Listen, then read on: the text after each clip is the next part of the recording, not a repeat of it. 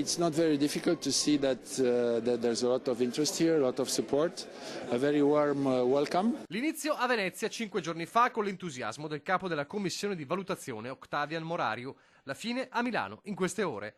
E la settimana del sopralluogo del CIO per la corsa di Cortina Milano 2026 finisce con un dato chiarissimo su tutti, 83%. È la cifra del sostegno degli italiani secondo il sondaggio che lo stesso Morariu ha presentato. L'83% favorevole alla candidatura.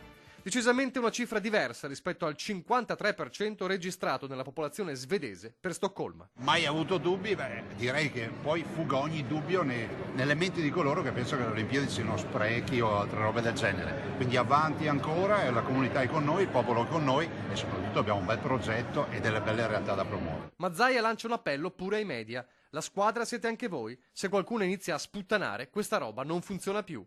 Dobbiamo lavorare insieme fino al 24 giugno. Avete l'opportunità di dimostrare l'orgoglio italiano. Dateci una mano, diamoci una mano. Un appello per una corsa già forte, come ha sottolineato Morariu. Siamo soddisfatti, dice il commissario CIO. La candidatura corrisponde perfettamente all'Agenda 2020 che punta a ridurre i costi e massimizzare la sostenibilità.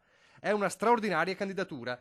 Il team italiano ci ha messo moltissima passione, ha approfittato della propria esperienza. Tutto ciò rende la candidatura di Cortina Milano decisamente molto solida.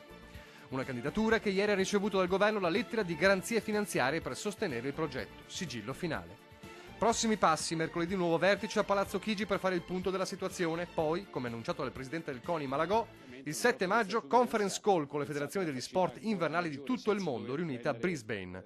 Un vertice di natura tecnica in cui il gruppo di lavoro, così come Stoccolma, dovrà dare delle risposte. Poi, dice Malagò, prepareremo tutta l'attività e il lavoro per la decisione del 24 giugno a Losanna. Treno partito, prossima fermata, traguardo. Lavorare con solidità, valorizzare le nostre peculiarità, quelle positive e soprattutto fare le cose in maniera tale che le Olimpiadi arrivino. Il 24 giugno è molto vicino.